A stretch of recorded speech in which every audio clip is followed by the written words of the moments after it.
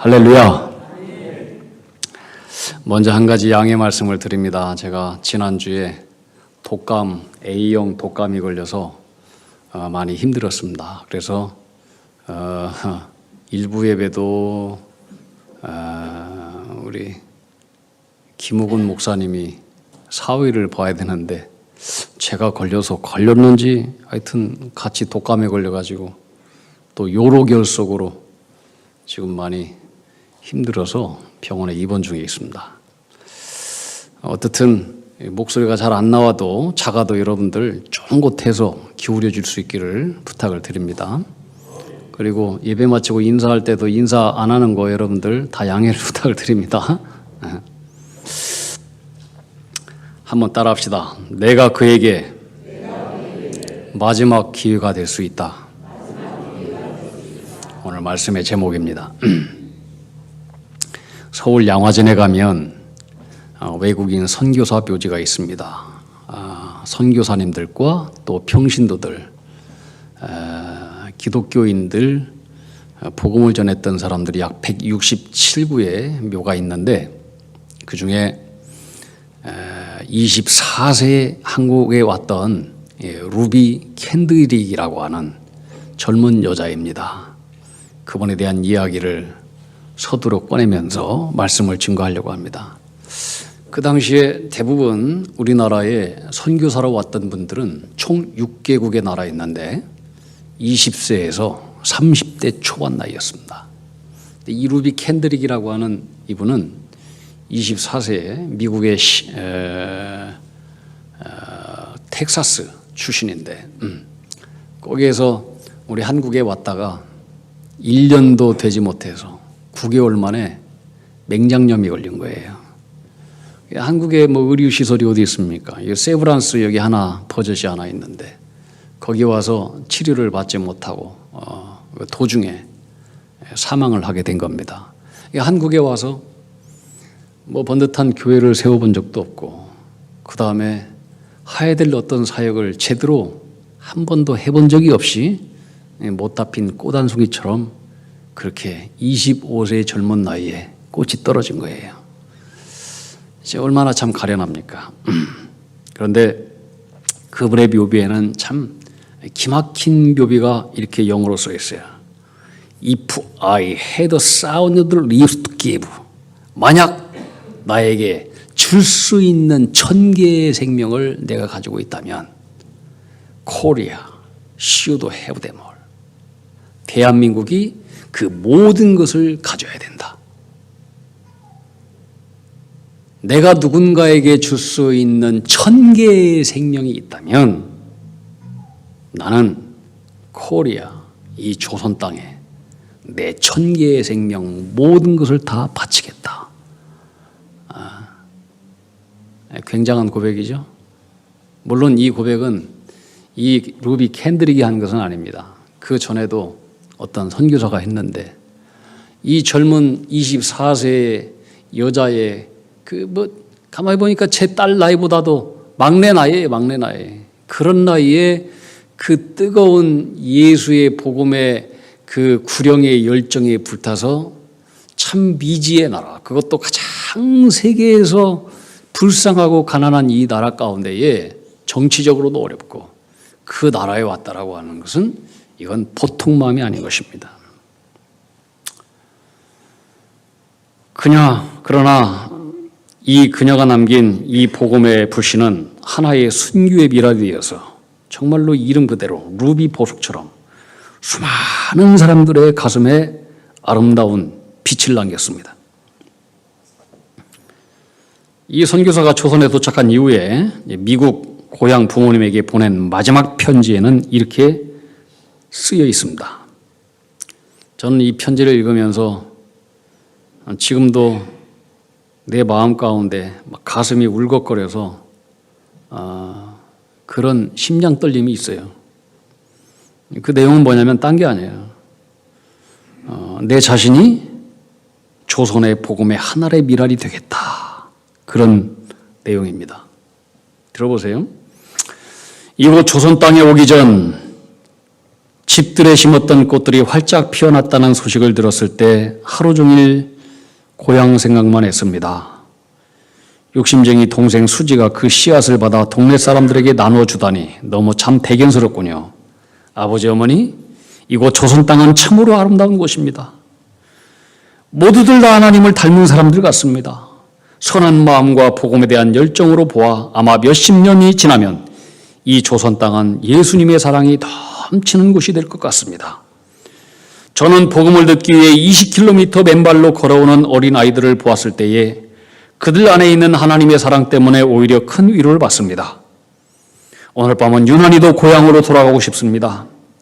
외국인을 죽이고 기독교를 증오한다는 소문 때문에 부두에서 저를 끝까지 말리시던 어머니 얼굴이 자꾸 제 눈앞에서 어른거립니다.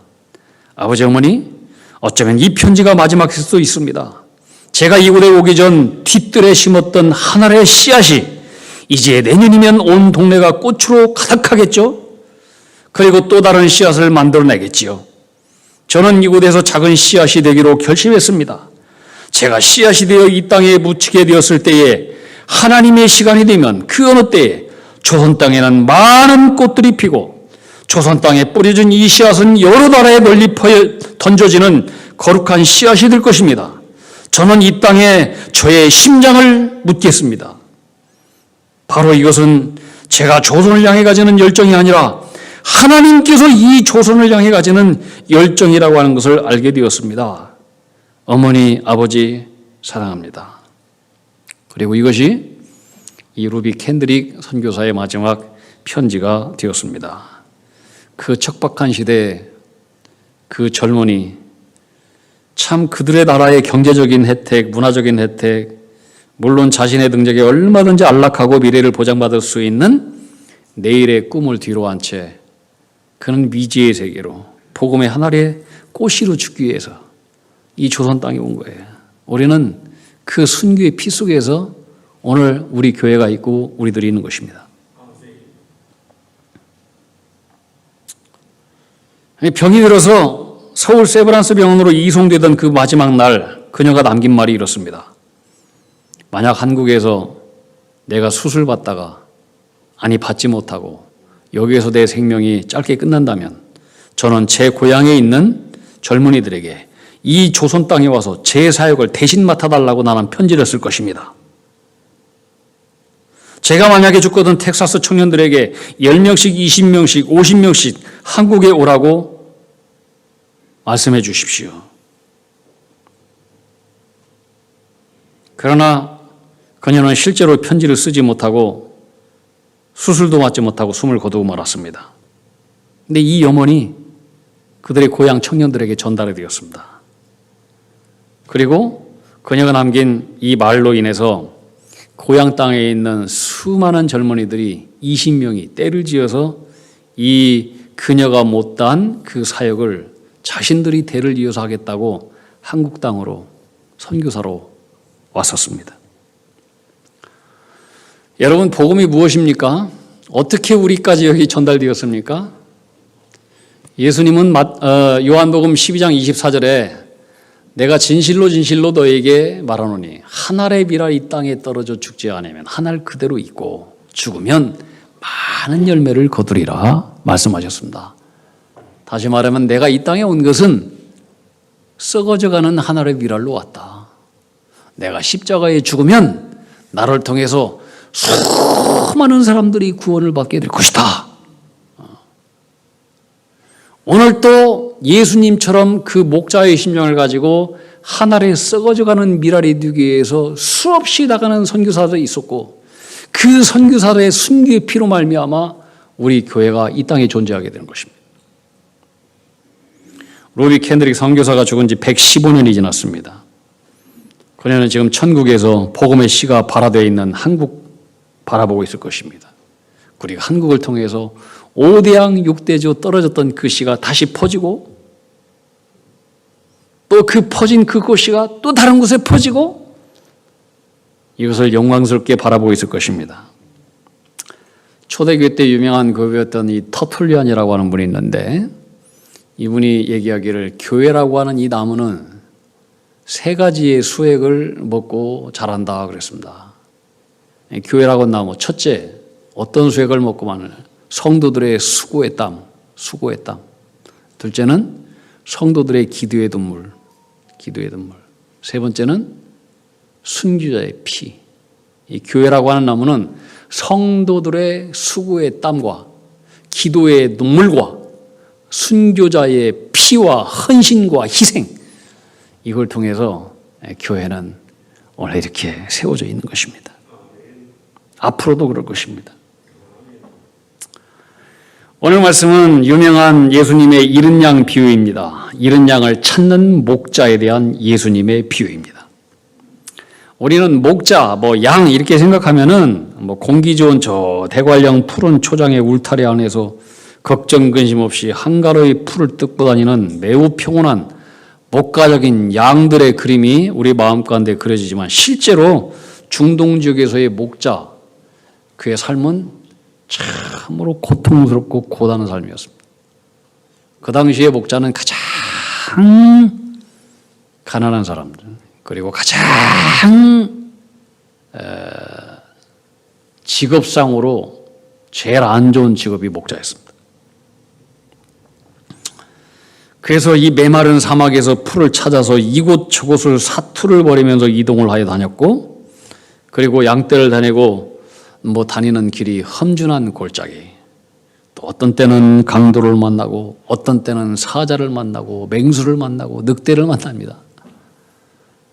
여러분, 다윗의 삶, 그의 고백 알잖아요. 목종했잖아요. 다윗도 목종. 양떼를 키울 때에 사자들이 오면은, 곰돌이 오면은 맞서 싸웠다고 했잖아요. 사자가 양 새끼를 물어뜯었을 때 달려들어서 사자의 입을 벌려서 자기 새끼를 구해냈다고 하잖아요. 목숨 거는 거예요.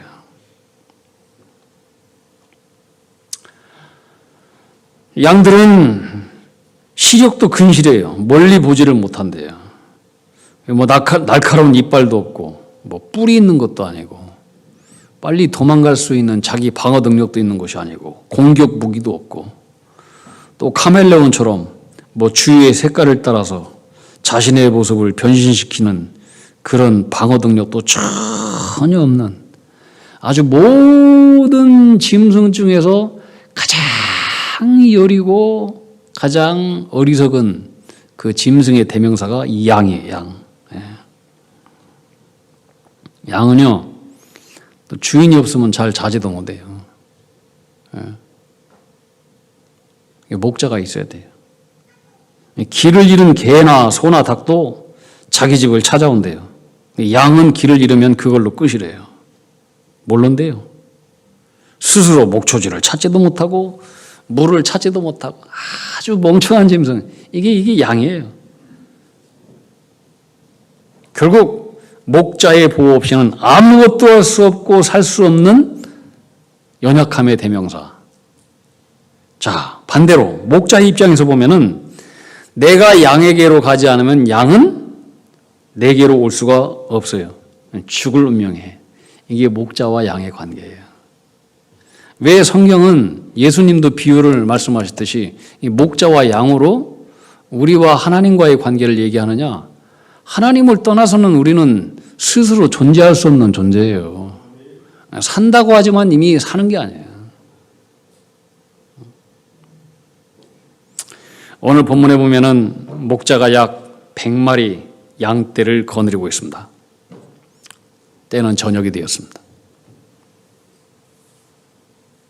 하루를 마감하는 시간입니다. 목자는 양들의 숫자를 세봅니다. 아무리 세도 99마리네. 한 마리가 빕니다. 이 험악한 환경에서 종종 얼마든지 생길 수 있는 일입니다. 그런데 그런 일이 있었구나. 그러려니 목자는 그러지 않습니다. 근데 문제는 또 잃어버린 시간이 낮이 아니에요. 좌우를 분간하지 못하는 캄캄한 밤이고 광야예요. 여러분, 광야 아시잖아요. 맹수들이 우글거려요.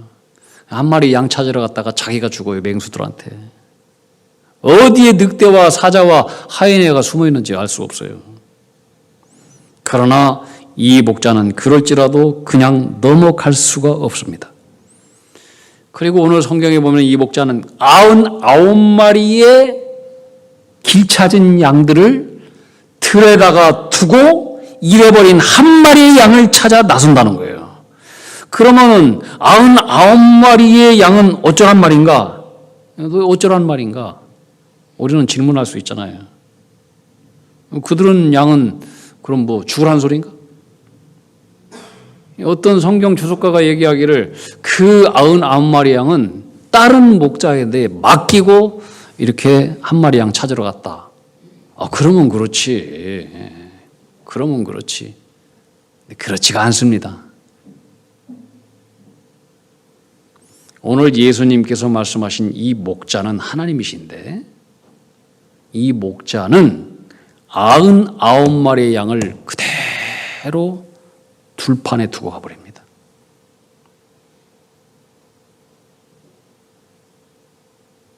다른 목자한테 맡기고 하는 게 아니에요.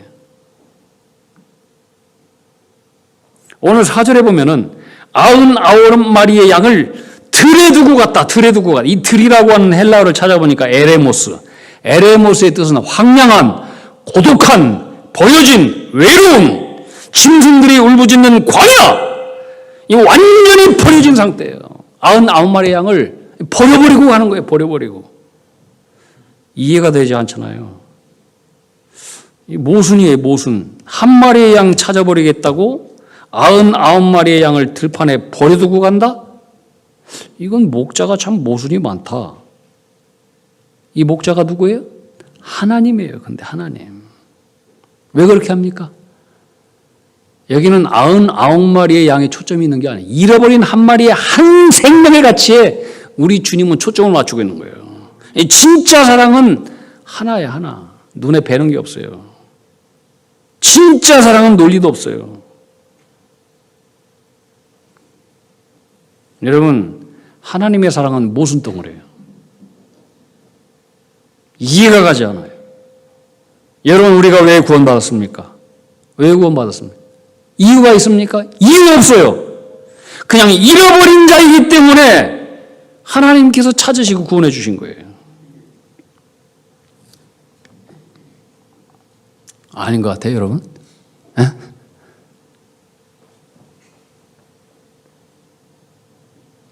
지금 잃어버린 양은요, 어두운 밤에서 혼자 어느 동굴에서 웅크리고 불안하고 떨면서 있을지도 몰라요. 그런데 더 성경을 깊이 바라보면은 더 정확한 것은 뭐냐면은 이 잃은 양은 자신이 지금 잃어져 있는지도 몰라요.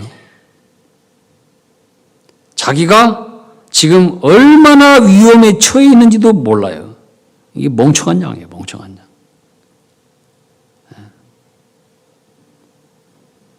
자, 그러면 왜 유독 이 한 마리의 양만이 길을 잃었을까?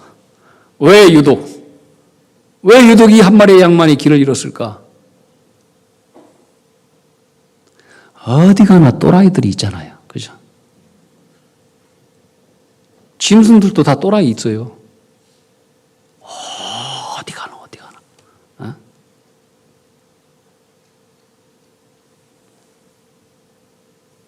옆 사람 쳐다보는 건 실례입니다. 분명한 것은요, 이 양이 왜 길 잃어버려? 99마리는 다 주인 따라서 오고 있는데 왜 지 한 마리만 그래? 에? 이건 분명히 고집이 센 거예요. 이건 분명히 문제가 있어요. 고집이 세고 말을 들어먹지 않는 양이에요. 그러니까 잃어버린 거죠. 왜 잃어버리겠어요? 문제가 있는 거지. 가자 하면은 순순히 가고, 그만하면은 그냥 멈추고, 여기에 있자 그러면 있고, 말을 들어먹어야 되는데 지 고집대로 가다가 길 잃어버린 거 아니겠어요? 이게 못된 양이에요. 못된 양. 정상적이지 않아요.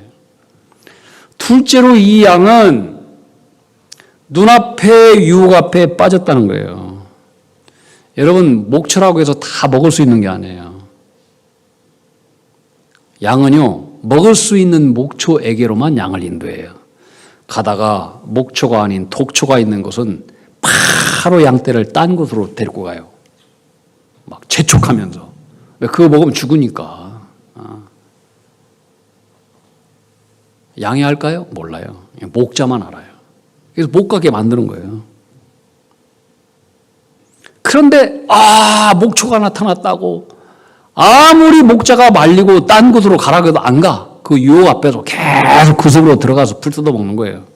죽을지도 모르고. 여러분, 우리가 먹는 고사리 있잖아요. 고사리 독이 있다고 하잖아요. 실제로 독이 있어요. 그래서 고사리는 꺾어서 그 소나 뭐 짐승들한테 안 줘요. 그거 많이 먹으면 죽거든요. 반드시 죽어요. 우리도 생고사리 먹으면 죽어요. 근데 우리가 죽지 않고 살아있잖아요. 왜 그럴까요? 생고사리에 있는 모든 독을 다 빼고 먹으니까 안 죽는 거예요. 생고사리도 100도 이상 되는 물에 싹 삶아버리잖아요. 그럼 독이 싹 빠져버려요. 그리고 독이 빠져있는 고사리를 먹으면은 그것은 약이 되는 거예요. 그리고 양이 그걸 알아요? 목자나 알지? 여러분, 우리가 신앙생활 하면서도요, 은혜 사모한다고 요새 뭐 얼마나 인터넷 유튜브 많습니까? 여기 끼워, 저기 끼워. 그거 하면 안 된다. 그거 잘못된 거다. 그런데 빠지면 안 된다. 위험하다. 그렇게 해도 그 빠지고 가고 그러다가 엉뚱한 길로 가는 사람들이 있어요. 듣지 말라면 듣지 말아야 되는데 그건 길이 아니다. 그건 도주다. 근데 계속 그 유혹에 빠지는 거예요. 그 잘못된 양인 거죠. 근데 오늘의 이 목자에 목자로 관심을 초점을 옮기면은 오늘 이 목자는 이 못된 양에 대해서 어떤 심판도 없어요. 그렇게 고집부리고 말을 안 듣더니 잘 됐다. 네 운명이다. 가서 그냥 그 짐승의 밥이 되어서 죽어라.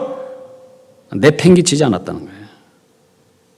분명한 것은 이 잃은 양의 운명은 오늘 밤에 목자가 찾지 않으면 먼저 사나운 짐승이 찾아서 죽게 돼 있어요. 그래서 반드시 목자가 먼저 찾아내야 되는 거예요. 그래서 이것을 한 목자는 잃은 양을 찾아서 미친 사람처럼 영자야, 숙자야, 미자야, 홍수가, 숙희야, 미선아, 오늘 또 부르고 다니는 거예요. 미친 사람처럼. 이게 목자예요, 이게 목자.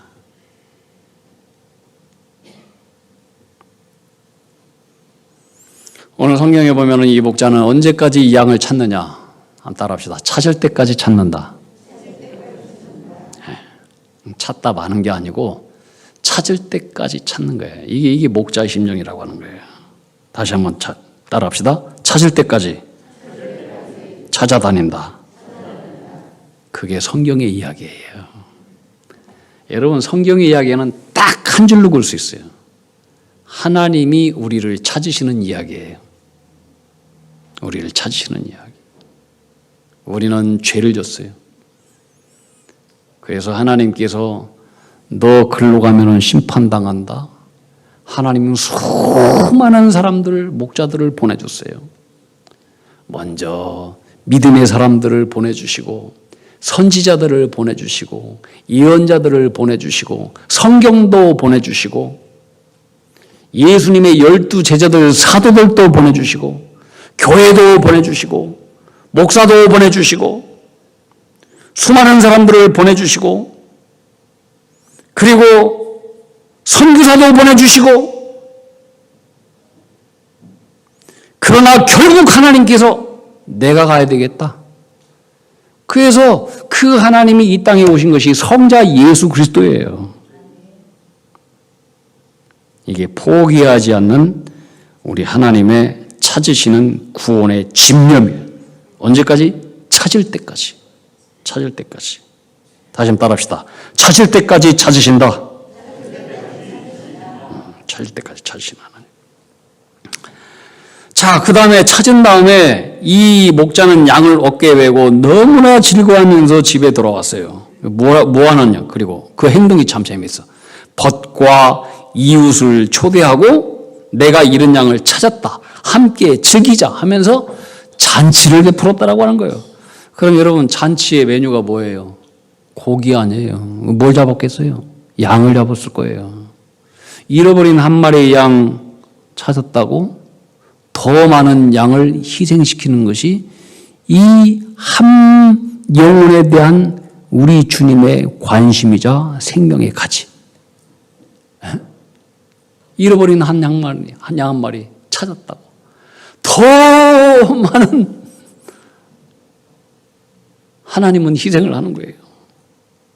뭘 얘기하느냐? 이 세상의 논리로 설명이 안 돼. 하나님의 가장 큰 기쁨은 뭐냐? 잃은 자를 찾는 기쁨이라고 하는 거예요. 할렐루야. 그러면 저와 여러분의 마음은 어디에 가 있어야 되겠습니까? 여기에 가 있어야 돼요. 또 한 가지 더 중요한 건, 오늘 우리는 잃어버린 양 하면은 잃어버린 양 한 마리는 다 내가 아닌 다른 사람, 세상 사람, 하나님 믿지 않는 사람으로 그렇게 자동적으로 그렇게 생각이 돌아가요.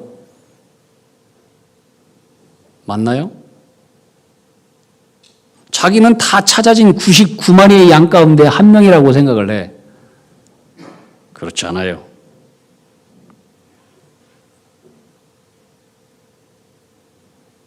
오늘 예수님께서 말씀하신 성경에 보면은 바리새인이 나와요. 서기관도 나와요. 이 바리새인 서기관들은 성경을 너무나 잘 알았어요. 그리고 매일마다 성전에 가서 두 손 들고 사람들을 보는 앞에서 열심히 기도했어요. 이런 자들도 예수님 눈에는 잃어버린 아주 불쌍한 양 한 마리로 주님께서는 말씀하셨어요. 나는 오래 교회 다녔지만은 주님과 친밀한 교제가 없이 살아가고 있다. 잃어버린 자예요. 여러분, 모든 인생의 고통과 슬픔의 원인은 다 하나님과 멀어져서 생기는 것 때문에 그래요. 하나님과 멀어진 분 계신다면은 찾으시는 주님의 손길을 다 붙잡을 수 있기를 주님의 이름으로 축원합니다. 거룩한 추수의 계절을 우리 살아가고 있어요. 오늘 성가대 찬양, 내가 주님 앞에 내미는 손, 빈 마음으로 내미는 손, 주님, 나는 잃어버린 자입니다. 그렇게 승복하는 시간이 되었으면 좋겠고, 또 잃어버린 양을 찾아내어서 주님의 기쁨 가득한 이 축제의 자리에 우리가 다 그 자리에 서 있는 축제의 동참자가 다 되기를 축복합니다.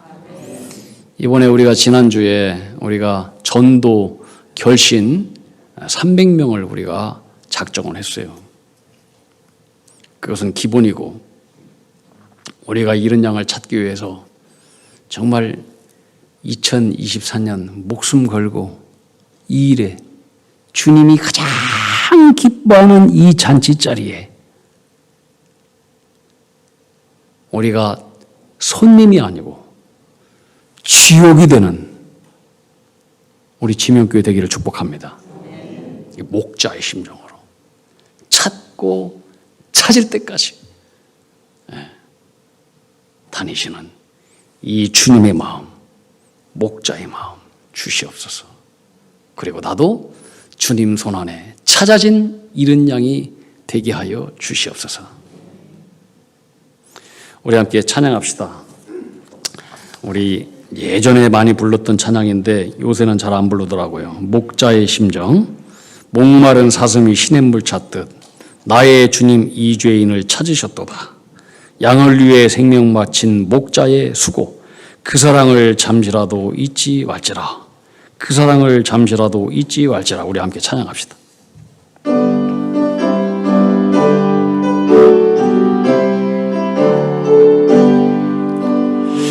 목마른 사슴이 시냇물 찾듯 나의 주님이 죄인을 찾으셨도다.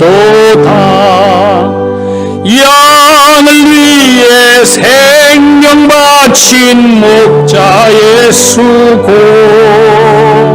그 그 사랑을 잠시라도 잊지 말지라. 다시 한번. 목마른 사슴이 시냇물 찾듯 나의 주님 이 죄인을 찾으셨도다. 영을 위해 생명 바친 목자의 수고, 그 사랑을 잠시라도 잊지 말지라. 영을 위해 생명 바친 목자의 수고, 그 사랑을 잠시라도 잊지 말지라. 하나님, 우리에게 뜨거운 목자의 심정을 허락해 주시옵소서. 그 목자의 집념, 목자의 열정 우리에게도 이식시켜 주시옵소서. 잃은 양을 찾고 반드시 찾아내는 그 목자의 인내와 그 열정을 나에게 허락해 주시옵소서. 주님과의 관계에서 멀어진 양들은 다 목자이신 주님께로 가게 하여 주시옵소서. 주님의 품에 안겨진 자가 되게 하여 주시옵소서. 우리는 다 복음의 빚쟁이라고 하는 것을 생각하고 생명 다해 이 아름다운 복음 전하는 전도자의 삶을 나를 통해서 이루게 하여 주시옵소서. 우리가 작정한 모든 결신자들 다 하나님 앞에 생명의 아름다운 열매로 거두게 하여 주시옵소서. 예수님 이름으로 기도하옵나이다. 아멘.